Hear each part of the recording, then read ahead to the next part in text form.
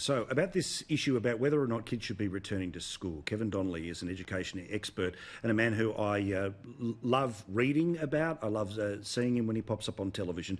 But now's the opportunity to have a chat to hear from him about my central idea that I think kids have to go back to school. They have to go back to school because, for very obvious reasons, educators, it is their profession, it is their calling, and they can do exactly the better job that we can't do at home. I mean, the system is not built for this. We have seen that things like supermarkets are able to be open every day with thousands of people coming in back and forth, and coronavirus is not exploding there. You can wash your hands, you can keep the kids apart, the teachers don't have to mix, we keep the more vulnerable ones away. What does he think? Well, only one way to find out. Someone press play.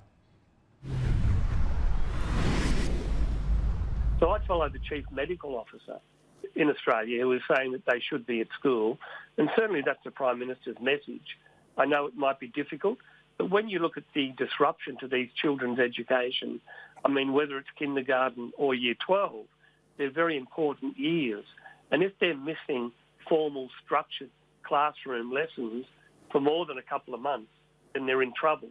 And as you know, we're already falling behind in all the international testing and with the NAPLAN, the national testing. And so if kids are away from school any longer, it's only going to lead to even further lowering of standards. So I know that there are small variables between the different states, but is it reasonable to say that the reason school has not gone back or will not go back is basically the teachers' union are trying to play that the workplace is an unsafe place to be? The union, obviously, I mean, normally they're more worried about climate change or whether Trump should be the president of the United States or not. Now, that could be true for older teachers. I mean, if I was in the classroom, I wouldn't want to be in a school with, say, 20, 25 young children. But that's not going to happen. I mean, older teachers, those who are at risk, can stay at home.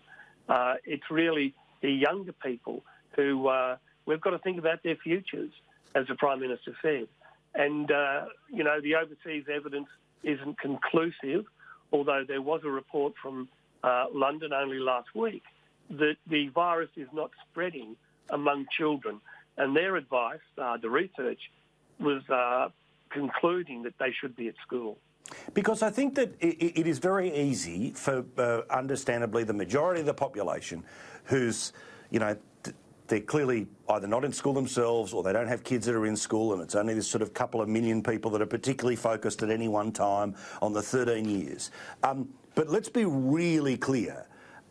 As frustrating as I can be about some of the standards of teaching, as frustrated as I can be about some of the nonsense that gets put into the curriculum, being a teacher is something you have to go to university to be able to do.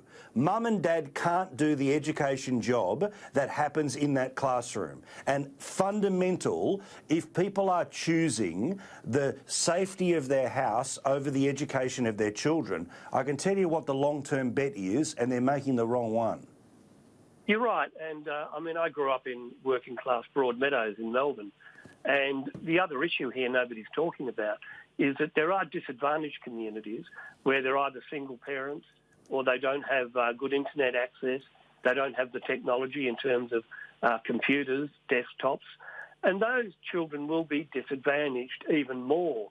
So there's a good equity argument here that, in fact, schools should be open and that you know, you don't have to be a rocket scientist to work out that if you're privileged, from a privileged home, if your parents are professional, educated, if you've got siblings who are at university, those kids will get a much better chance.